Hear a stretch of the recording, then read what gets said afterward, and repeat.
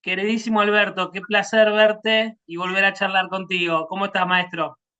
Igualmente, mi amigo Marcelo.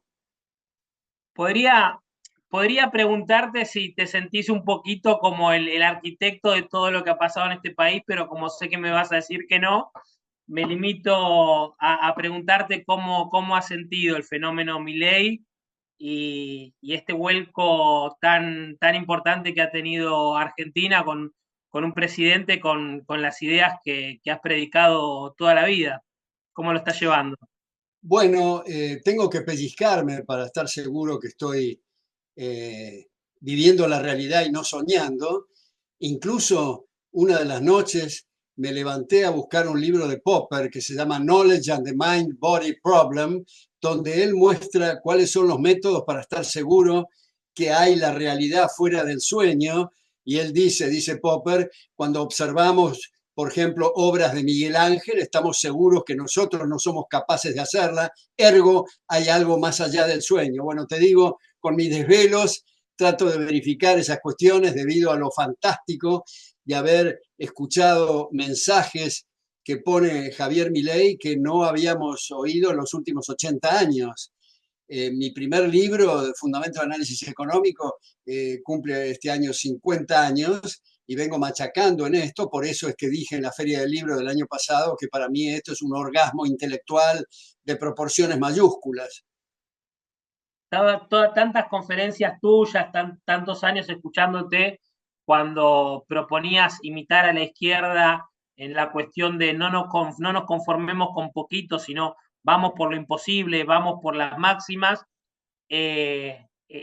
Tantos debates donde por ahí uno se discutía de cuestiones más superficiales y vos siempre vamos al hueso. ¿Hasta dónde te imaginaste que podía ser el óptimo? Yo siempre me imaginé, digo, bueno, si el día de irme de este mundo, Argentina cuenta con un bloque de 10, 15 diputados y mis ideas se están discutiendo, yo ya me daba por satisfecho. ¿Cuál era tu sueño? Decir, bueno, hasta acá podríamos llegar a ir. Bueno, como te dije, Marcelo, yo no me imaginé que se iba a llevar esto al nivel político. Como yo lo he bautizado a Javier, es el segundo milagro argentino, porque mi querido amigo Armando Rivas decía que Alberdi fue un milagro argentino, por eso le digo a él que es el segundo milagro argentino. Nosotros participamos en un mano a mano mucho antes que Javier tuviera la presidencia en la Universidad de Belgrano, donde había 1.300 jóvenes en el aula magna y hubo que habilitar 3 aulas con pantallas. Pero lo que más me impresionó no es la cantidad de gente, que por supuesto que me impresionaron, sino el tipo de preguntas. Atrás de las preguntas había mucha biblioteca, porque a nadie se le ha pasado desapercibido, debe ser uno de los pocos, si no el único ejemplo en el mundo, diría yo, de haber hecho una campaña en base a una serie ininterrumpida de clases, de marcos institucionales, de ambientalismo, de cuestiones morales, económicas, jurídicas, históricas, etcétera. De manera que tengo una satisfacción enorme y agrego, Marcelo, que seguramente te pasará a vos también, que dada la catástrofe que ha pasado en la Argentina, creo que tenemos que concentrarnos en cuál es el rumbo y el balance neto y dejar de lado cosas que eventualmente podemos no estar de acuerdo, los hubiéramos hecho de otra manera, pero lo importante es el rumbo y el balance neto, teniendo en cuenta el contexto, desde luego, de la Argentina. Entonces, una de las cosas que también me ha citado Javier, No que yo solamente de Argentina, la debilidad extrema con la que asumió el gobierno y que bastante bien está manejando las limitaciones políticas, muy bien. bueno, a raíz de lo que vos decís, Marcelo, yo no me imaginé, y estoy seguro, porque lo hemos comentado con Javier, que él tampoco se imaginó. Pensábamos que era un desastre lo que iba a recibir, pero no de la magnitud de lo que recibió. Y creo, ya que decís eso, Marcelo, que más allá de la cuestión económica, que creo que la mayor parte de la gente se le escapa, lo que ha servido para un apoyo adicional de Javier es la cantidad de curros purulentos que ha destapado en distintas regiones del gobierno. Pero vos mencionaste tangencialmente el tema de la izquierda. Yo, como vos sabés, Marcelo, seguramente, me resultan un poco anodinas las expresiones derecha-izquierda. Me suena como arriba, abajo, atrás o adelante. Yo prefiero liberal o estatista, y ya sé que puede haber distintos grados de estatismo o incluso distintos grados de liberalismo, pero en el margen, en pequeños desacuerdos que no hacen el eje central que podemos tener, también Javier me ha citado en algo que he repetido ad nauseam, que es: los liberales no somos una manada, detestamos el pensamiento único, por lo tanto, bienvenida a las disidencias que no toquen o no afecten el eje central, que es el respeto recíproco, porque incluso la izquierda ha perdido su misión original, porque en 1789, cuando se sentaron a la izquierda del rey, se oponían al privilegio y al abuso del poder, pero al poco andar se aliaron con los aparatos estatales, con las botas, porque ese es el aparato estatal, para aplastar derechos, ¿no? Entonces, por eso es que me parece estatismo o liberalismo me parece más claro. Y por supuesto, Marcelo, vos sabés mejor que nadie que hay algunos otros aditamentos que son inventos de pura sandez, como por ejemplo el neoliberalismo. El mejor de todos que ha elaborado sobre esto es Mario Vargas Llosa, que dice más o menos textualmente: en mi vida, que va siendo larga, me he encontrado con muchos liberales y muchos más que no son liberales, pero nunca me topé con un neoliberal. Es algo que en esta instancia del proceso de evolución cultural nadie serio se adscribe o suscribe o se siente identificado, digamos, con esa sandez, ¿no? Ayer fue el Día de la Bandera y bueno, Argentina en general, ¿no? Lamentablemente Belgrano es un personaje muy rico, se lo relaciona mucho con la cuestión de la creación de la bandera, algo un poco la cuestión del personaje en el ámbito militar y casi nada en un ámbito que sí pusiste el foco ayer de, más allá de liberal o no liberal, de una persona muy formada en temas económicos, incluso cuando en el mundo se daban ciertas discusiones, esta persona en este rincón del planeta manejaba unos criterios, unos conocimientos muy finos que no todo el mundo tenía. ¿Qué se está perdiendo buena parte de Argentina al desconocer esta faceta de Belgrano? Bueno, quiero unir dos personajes, dado que antes de ayer fue el aniversario de la muerte de Alberdi, y ayer lo que vos decís, el 20 de junio, el Día de la Bandera, me parece importante subrayar que Alberdi fue en Tucumán al colegio que había fundado Belgrano con sus propios recursos, es decir, con su sueldo. Me parece que es interesante de Alberdi, entre tantas cosas, ver su trabajo, que él ya estaba enfermo y no pudo leer, pero estaba presente en la Facultad de Derecho de la Universidad de Buenos Aires: La omnipotencia gubernamental es la negación de la libertad individual, donde hace todo un análisis de por qué conviene no utilizar la expresión patria, que si bien es cierto viene de la tierra de los padres y todos tenemos afecto al terruño donde nacimos, incluso nos acordamos de ruidos, de olores, de lugares, etcétera, pero como dice Alberdi, la patria es más bien un grito de guerra y no de libertad. Entonces, el patrioterismo en que se ha convertido esta cuestión hay que estarse atento. Y en ese sentido, Belgrano, que como vos dijiste, bueno, él estudió en Salamanca y en Valladolid Derecho, pero él dice que siempre estuvo más cerca del análisis económico, ha estudiado a Jovellanos, a Campomanes, como dijimos, a James Mill, que fue el padre de John Stuart Mill, y a los fisiócratas, no todos en bloque, sino especialmente Mercier de la Rivière. Y acá quiero hacer un paréntesis, porque a veces se habla de la igualdad de la Revolución Francesa y no se entiende qué corno se está diciendo, porque la Revolución Francesa, antes de la contrarrevolución de los jacobinos, en la Declaración de los Derechos del Hombre, los dos primeros puntos se refieren a la inviolabilidad de la propiedad y a la igualdad de derechos ante la ley. Nada de la guillotina horizontal del igualitarismo como muchos trasnochados y megalómanos entiendan, ¿no? Ahora, además de estudios económicos, del trabajo del propio Belgrano, hay un libro extraordinario de Luis Roque Gondra, editado por la Facultad de Ciencias Económicas de la UBA, que es Las ideas económicas de Manuel Belgrano, que está muy bien desarrollado, y también trabajos de mi queridísimo Enrique de Gandía, que éramos colegas en la Academia Nacional de Ciencias, donde él explica el liberalismo de Belgrano. Y fíjate vos, Marcelo, que una de las cosas muy importantes es que Belgrano se adelantó, pensá que se murió en 1820, se adelantó a la teoría subjetiva del valor de Menger de 1871. Eso tendrá que ver con su formación en Salamanca, seguramente, ¿no?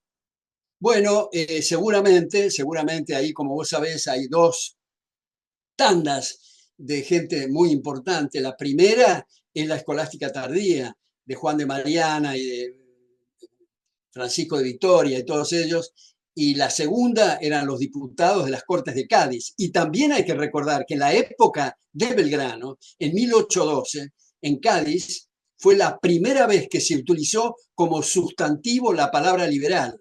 Hasta ese momento era un adjetivo, es decir, de manga ancha, de generoso, etc. Sin embargo, los fue la primera vez. Ahora, además de la teoría subjetiva del valor, me parece que es importante subrayar los análisis que hace Belgrano respecto del concepto de ganancias y pérdidas. La importancia de eso para hacer de guía para el empresario que da en la tecla para servir los intereses de otros, a diferencia de la cópula hedionda de pseudo empresarios atados al poder, que son más que miserables explotadores del prójimo, ¿no? Después, el tema de la Pero moneda. déjame que te interrumpa un segundito para poner en importancia la cuestión de este personaje tan adelantado, porque en los momentos que él manejaba estos conceptos, era muy poco tiempo después de que, por ejemplo, en Escocia, Adam Smith, en su Riqueza de las Naciones, maneja ciertas cuestiones que tienen que ver con la teoría del valor que estaban bastante más desacertadas. O sea, estamos hablando de un periodo de tiempo muy, muy cercano, ¿no? Como para poner en importancia lo adelantado del tipo, ¿no? Bueno, me parece muy importante lo que decís, Marcelo, porque como vos sabés, Adam Smith, con todas las contribuciones extraordinarias que hizo, estaba imbuido de la teoría del valor trabajo eh, y de los costos de producción. Ahora, Estamos hablando prácticamente un contemporáneo de David Ricardo, ¿no?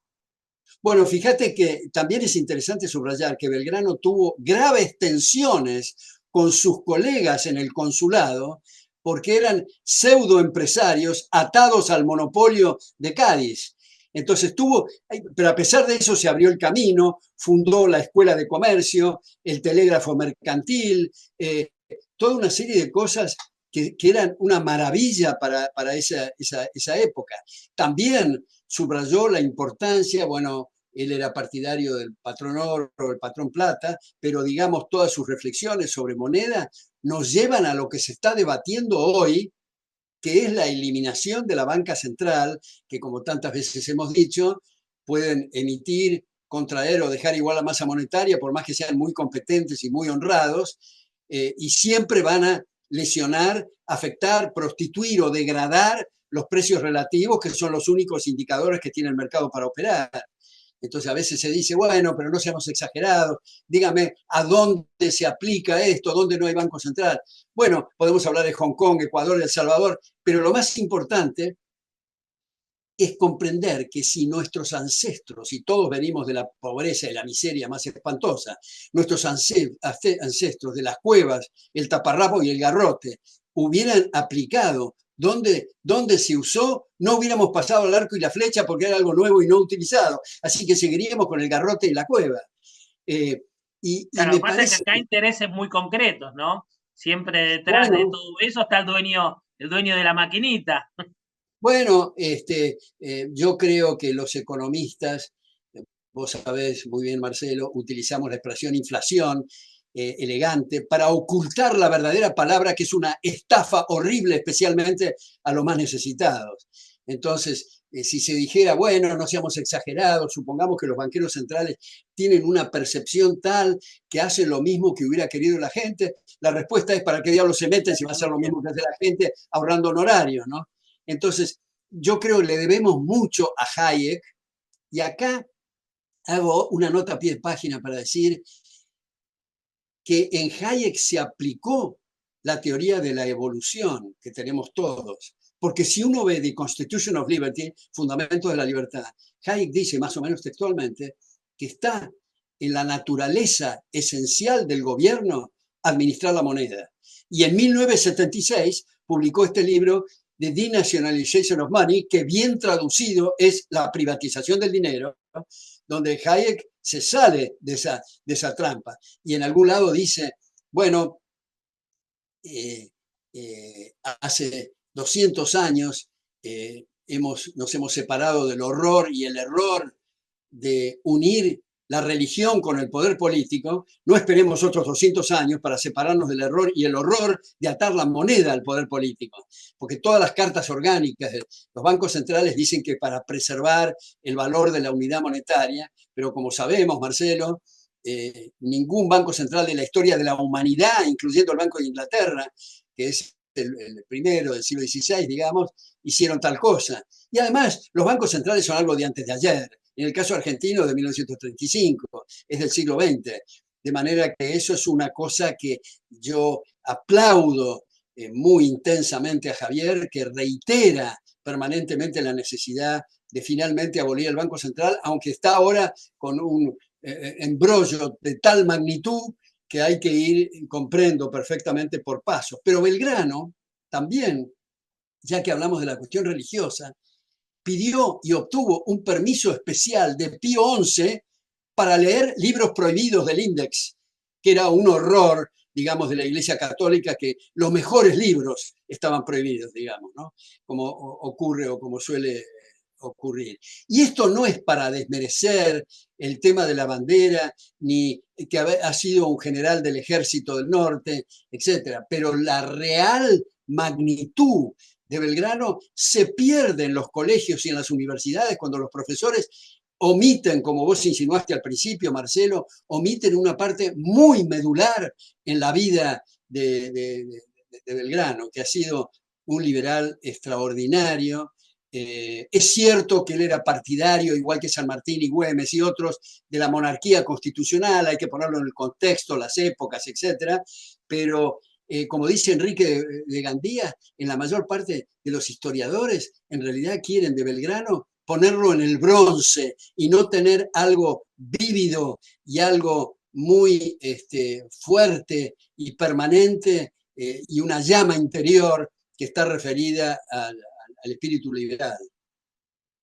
Qué importancia del aporte de Javier, ¿no? Porque hay, entre una de las cosas que lamentablemente, ya con esto te vamos despidiendo y agradeciéndote por tu tiempo, una cuestión que lamentablemente se han confundido los términos de educación con escolarización, y uno por ahí piensa que la gente se educa en la escuela y esto pasa a ser parte de lo mismo, como la importancia de tener un presidente que educa, ¿no? Porque esto que hace, que te da la plataforma, incluso para hablar de Belgrano, para abrir estas discusiones, es un proceso educativo, sacar las telarañas mentales, conocer cosas nuevas, discutiendo con mucha gente. A mí me contó que no tenía ni la más pálida idea de las posiciones en política monetaria de Juan B. Justo, fundador del Partido Socialista. Entonces, hay como un correr de una frescura en muchas cosas que Argentina está redescubriendo y que están en sus mismos personajes de la historia, ¿no? Exactamente, y quiero también subrayar, uniendo a estos dos personajes de nuevo para terminar, los esfuerzos que ha hecho Belgrano en la Revolución de Mayo, pero hay que ponerlo en contexto alberdiano, de decir que en realidad nos independizamos de la colonia, de ser colonos de España para ser colonos de nuestro propio gobierno.